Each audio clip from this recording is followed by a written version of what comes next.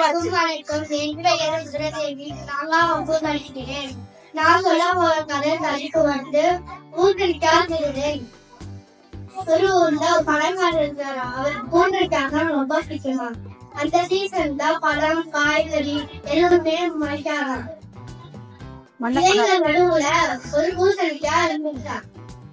அதை எடுத்துட்டு போய் நம்ம சாப்பிடலான்னு எடுத்துட்டு போனாராம்.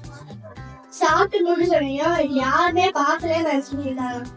பூசணிக்காய் ஓனர் பார்த்துட்டாரு. அத அவர்கிட்ட போய் சொன்னார். பூர்பக்கல் சொன்னையும்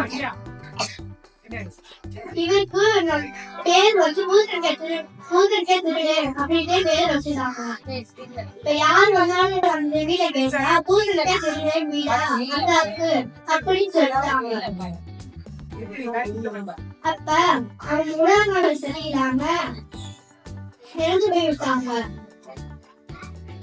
அவங்க பேரு வந்தாங்க. வந்து இந்த பேரை நம்ம மாத்தணும் அப்படின்னு சொல்லிட்டு யோசிச்சிருந்தாங்க.